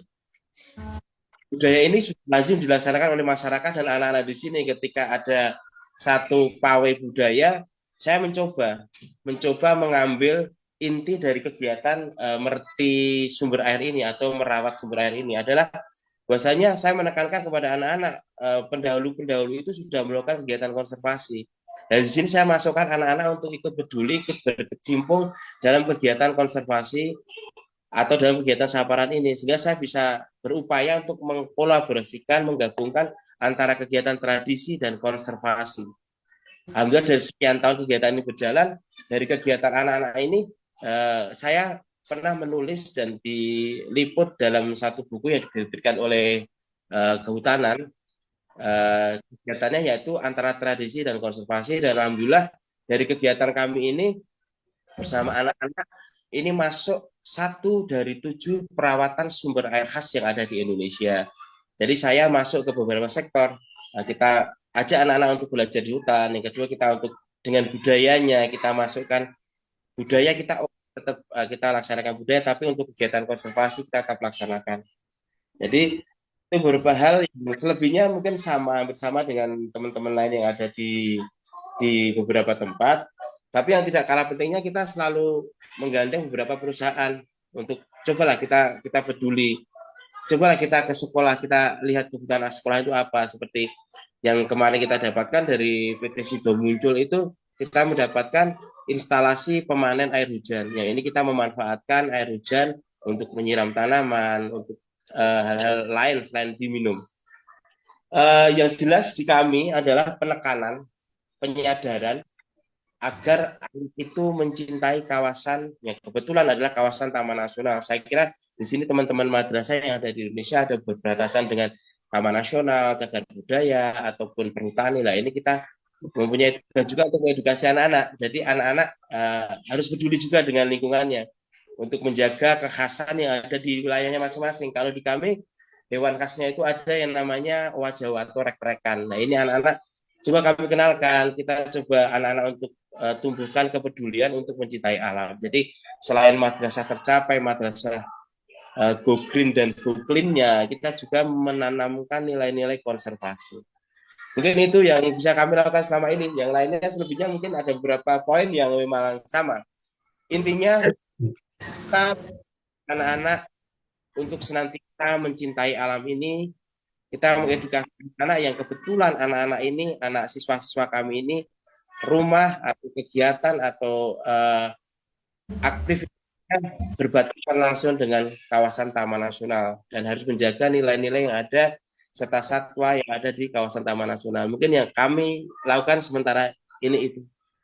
Terima kasih dari kami. Salam konservasi. Assalamualaikum warahmatullahi wabarakatuh. Waalaikumsalam warahmatullahi wabarakatuh. Salam konservasi, Pak Surya Sigit. Terima kasih banyak ya. Jadi ini menjadi contoh yang baik. Ternyata madrasah ibtidaiyah pun anak-anak juga bisa dilibatkan gitu. Jadi tidak harus yang yang besar gitu ya. Jadi anak yang besar, jadi yang level ibtidaiyah pun sudah bisa mulai diajarkan konservasi.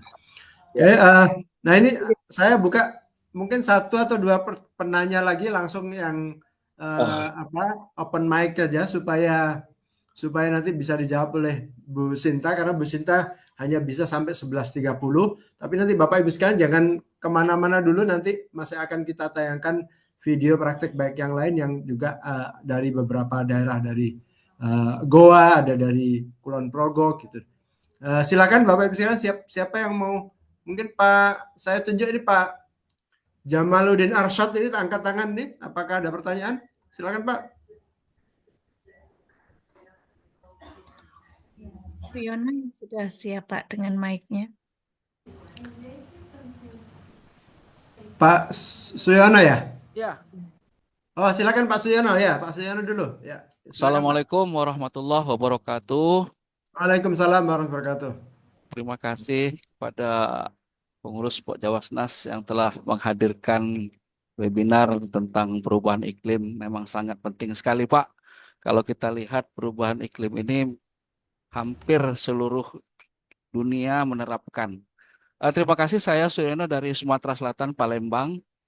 Pada prinsipnya apa yang kami evaluasi seluruh madrasah, terutama madrasah-madrasah yang besar, yang berada di lingkungan kota, itu sudah menerapkan katakanlah go green seperti yang dicontohkan oleh dua praktik baik di awal tadi, seperti Ibu Ika dari Jombang, itu sangat baik sekali, di mana sekolah atau madrasahnya berada di lingkungan madrasah, di mana di madrasah itu terdiri dari beberapa lingkungan masyarakat. Nah, jadi mengedukasi masyarakat dengan katakanlah bekas-bekas masakan atau lain sebagainya itu bisa ditukar di madrasah, itu sangat inovatif sekali dan bisa ditiru oleh seluruh madrasah di Indonesia. Cuma yang jadi pemikiran saya, kita atau negara kita sendiri sudah termasuk di PBB, di IPCC itu Pak, sebagai katakanlah pelopor untuk perubahan iklim, di mana memang pemerintah kita sudah menggiatkan itu dari cukup lama.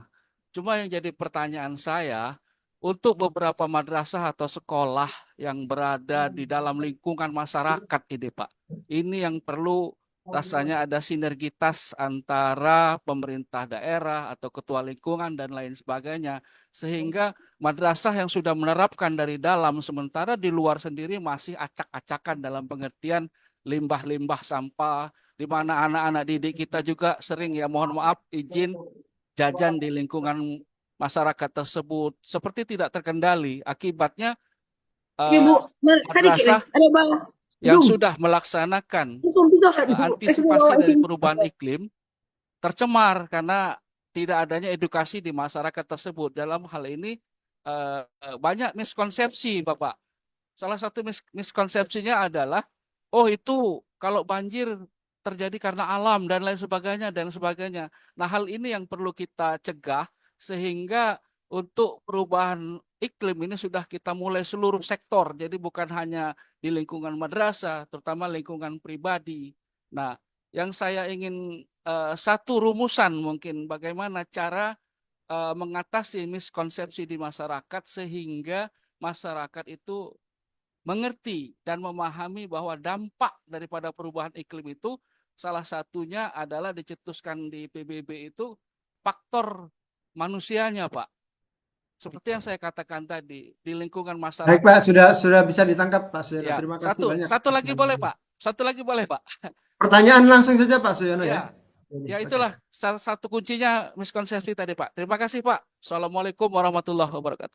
Waalaikumsalam warahmatullahi wabarakatuh. Jadi ya ini kebetulan Bu Sinta juga menjadi salah satu wakil pemerintah Indonesia di COP 29 yang lalu ya. Jadi ini akan ketemu banyak pimpinan dan ini penting edukasi masyarakat nih. Silakan Bu Sinta untuk barangkali ada contoh atau apa yang ini mengedukasi masyarakat ini.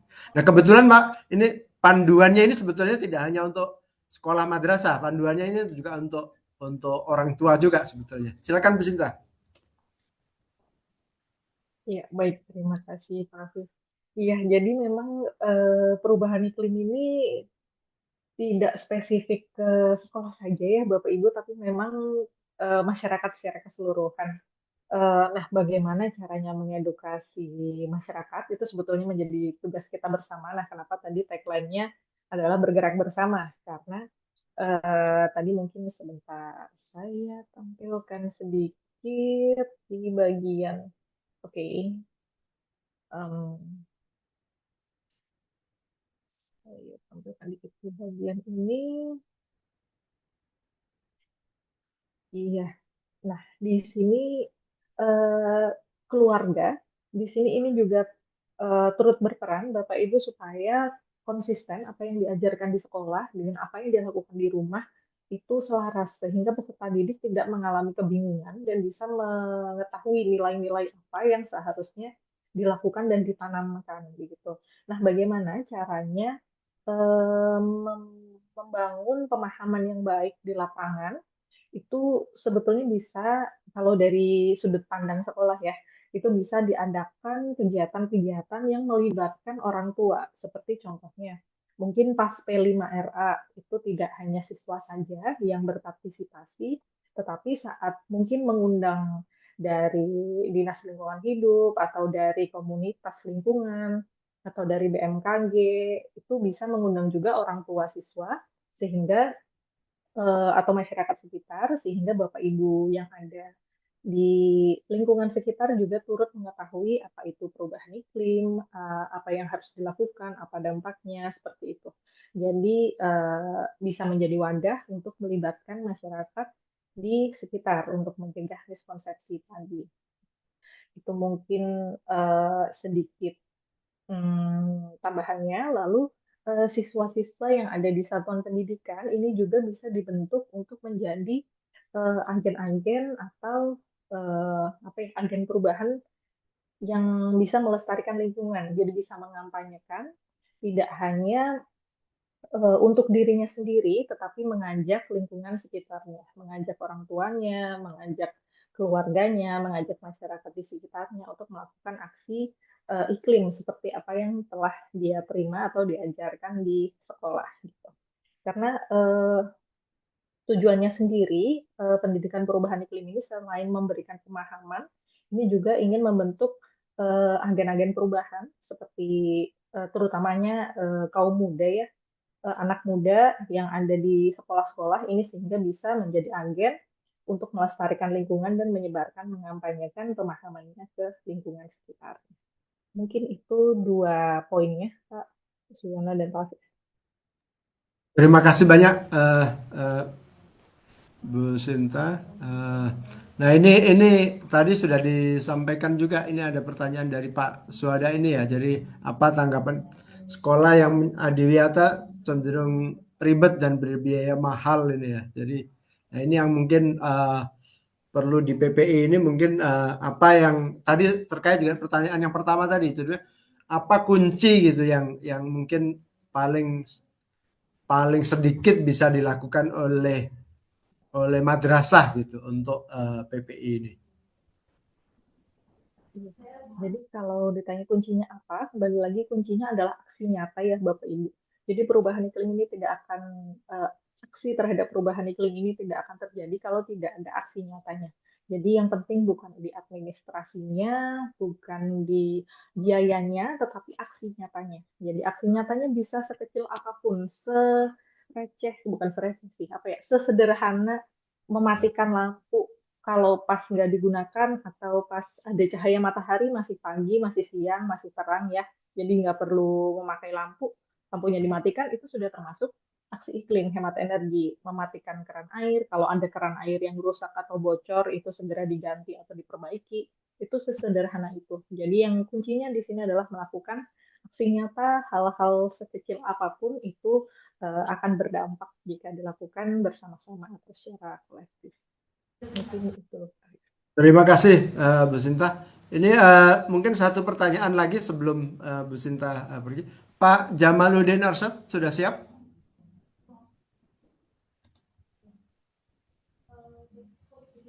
Terima kasih. Silakan Pak. Ya. Assalamualaikum warahmatullahi wabarakatuh. Waalaikumsalam warahmatullahi wabarakatuh. Karena ini sudah masuk waktu salah di bagian tengah.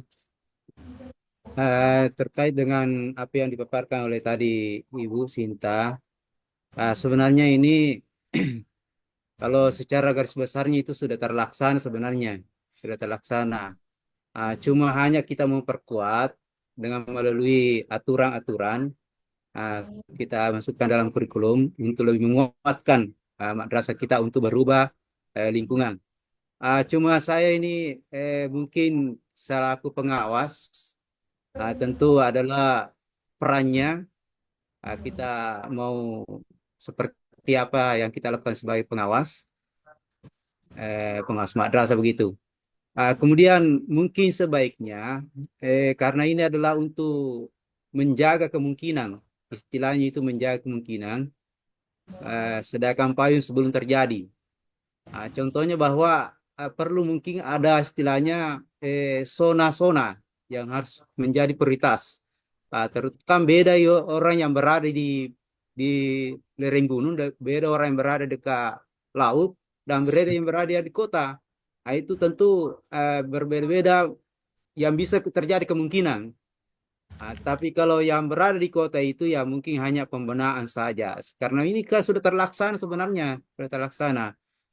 Tapi ini yang memang rawan sekali itu kok yang berada di lereng gunung dan di dekat laut. Ini memang termasuk madrasah itu.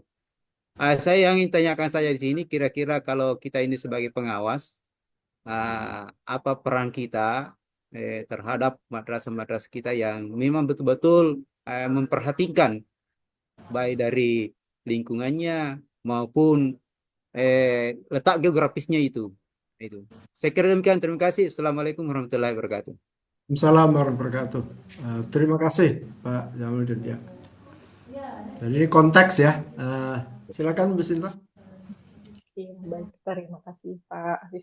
Iya Bapak, jadi kalau untuk peran pengawas sendiri, sebetulnya pengawas itu berperan untuk mendampingi satuan pendidikan, mendorong, lalu mendukung untuk pengembangan sumber daya manusianya. Jadi kalau di sekolah tersebut belum terpapar informasi, maka harapannya Bapak Ibu pengawas di sini bisa memberikan informasinya, bisa sharing terkait apa itu pendidikan perubahan iklim, lalu mengarahkan program-program yang dilaksanakan di sekolah, memberikan masukan supaya bisa ke arah kebijakan yang selaras dengan pendidikan perubahan iklim ini. Selain itu, kalau Bapak Ibu kan sekolah binaannya biasanya kan nggak cuma satu ya, jadi ada beberapa madrasah. Nah, itu bisa menjadi jembatan penghubung untuk sharing best practice antara satu madrasah dengan madrasah lainnya. Jadi kalau ada madrasah yang implementasinya sudah bagus nih, tapi yang lain belum, itu mungkin bisa diadakan suatu forum untuk diskusi atau Bapak Ibu bisa sharing, membagikan praktik baik yang sudah dilaksanakan di satu madrasah ini ke madrasah-madrasah lainnya. Seperti itu. Lalu untuk kontekstualisasi tadi itu sangat betul karena yang pertama, langkah pertama saat memahami pendidikan perubahan iklim ini adalah membuat serelevan mungkin, sedekat mungkin dengan lingkungan yang ada di satuan pendidikan. Tadi sudah disebutkan ya, risiko yang dihadapi sekolah yang ada di lereng gunung tentunya berbeda dengan yang ada di pesisir laut maupun di kota. semua ini sebetulnya sudah diuraikan Bapak Ibu di buku panduannya yang lebih detail. Ini tadi mohon maaf karena presentasi ininya terbatas ya. Jadi untuk lebih detailnya ada di dalam panduan. Di sana sudah dipandu bagaimana menganalisis resiko dan apa yang harus dilakukan untuk masing-masing karakteristik daerah beserta risiko yang dihadapi tersebut. Untuk modul-modulnya sendiri kita juga sudah menyusun beberapa, tetapi sepertinya belum tersebar luaskan karena harus mencari secara mandiri. Nah, mungkin nanti dalam waktu dekat akan kita coba buatkan satu page atau satu halaman di dalam website kurikulum supaya lebih mudah diakses untuk contoh-contoh modul ajar maupun modul project. Seperti itu mungkin Pak Hafiz. Terima kasih banyak Bu Sinta, dan ini Bapak Ibu sekalian, ini mohon maaf Bu Sinta harus ada meeting lain, tapi kita akan lanjutkan. Ada beberapa video praktek baik yang akan kita putar setelah ini. Terima kasih banyak Bu Sinta atas waktunya ya. Jadi mohon nanti apa materinya bisa di-share ya. Oh ya, siap. Kasih. Oke, Bapak Ibu sekalian, ya terima kasih. Mohon maaf sekali karena Bu Sinta ada meeting lain, tapi Bapak Ibu sekalian kita bisa diskusi lebih lanjut. Jadi Bu Ida, silakan untuk memutar video dari Goa ya. Silakan Bu Ida. Saya coba dulu ya Pak. Ya, baik. Sudah tampak Pak? Ya, sudah mulai muncul ya, tampak. Tinggal di play.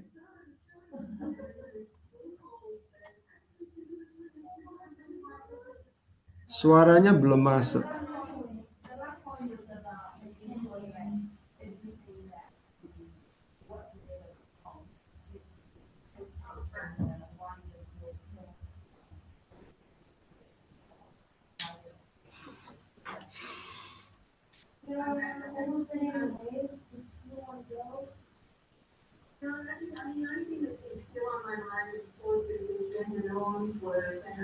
Share audionya juga Bu Sinta, Bu Ida kan.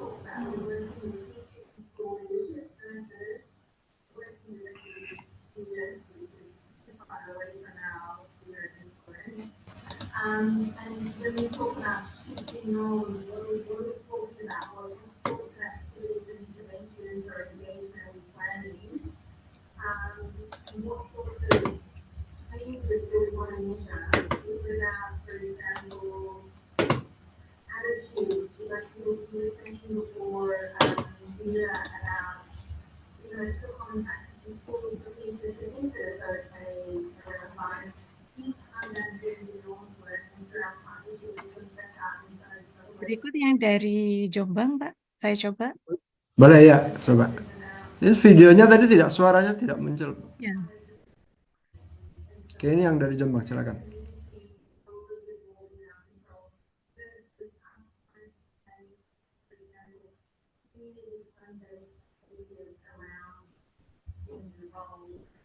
Ya, udah masuk.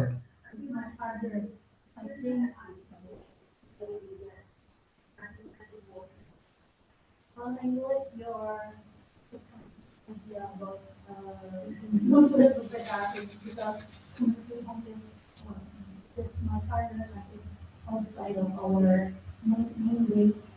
So from our intervention, at least we can do one more to effort. And then some of the questions is already there. Okay, good point. And good take to the next one later. And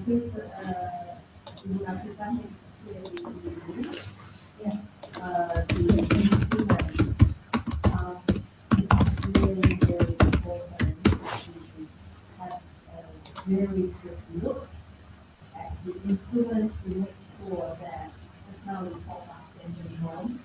Whatever that you want that you do to that, never think about it, because the data is really, really accumulating in the form of the things, policy, and that's what talk out, Ben and I were talking about on Monday, and I felt that, oh, Tuesday is already done. So, the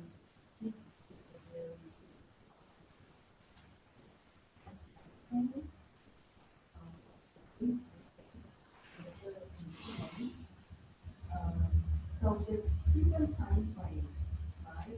So they want us to review the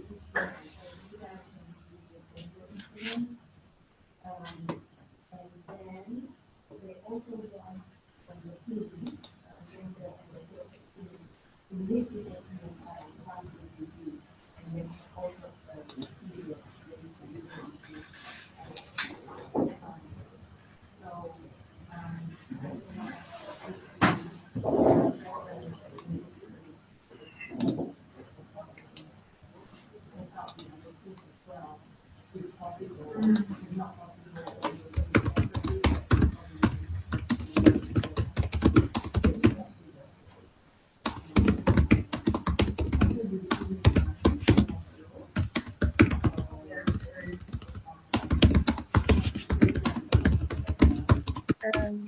Untuk rencana tindak lanjut, Pak, yang mungkin bisa didiskusikan bersama dengan peserta, apa yang mesti dilakukan oleh pengawas madrasah ke depannya? Baik, Bapak Ibu terima kasih banyak. Mungkin satu video lagi yang Kulon Progo, Bu Ida bisa putar nggak? Belum bisa saya download, Pak. Ya, Oke. Baik, kalau begitu ini selanjutnya untuk diskusi tindak lanjut ya. Ini saya serahkan kembali ke Bu Ida aja ya, atau gimana? Siap, Pak. Ya, silakan. Ya. Terima kasih Bapak Ibu sekalian. Jadi ini sesi yang saya pandu berakhir di sini, dan selanjutnya saya serahkan kepada Bu Ida untuk memandu sesi berikutnya, tindak lanjut dan nanti closing statement dari Pak Ketua Pok Jawas. Terima kasih. Assalamualaikum warahmatullahi wabarakatuh. Waalaikumsalam warahmatullahi Waalaikumsalam warahmatullahi wabarakatuh. Terima kasih Pak Putin.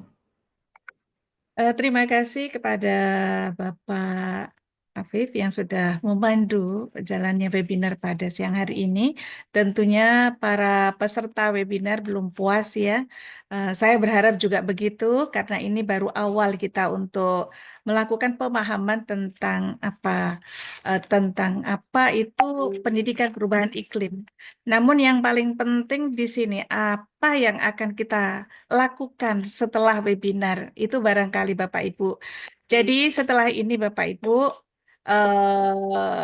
selepas dari kegiatan webinar pada siang hari ini, mudah-mudahan kita bisa literasi ya Bapak Ibu tentang konsep-konsep tentang pendidikan perubahan iklim, supaya kita bisa memahami secara mendalam sebelum kita melakukan pendampingan lebih lanjut ke madrasah atau kesatuan pendidikan.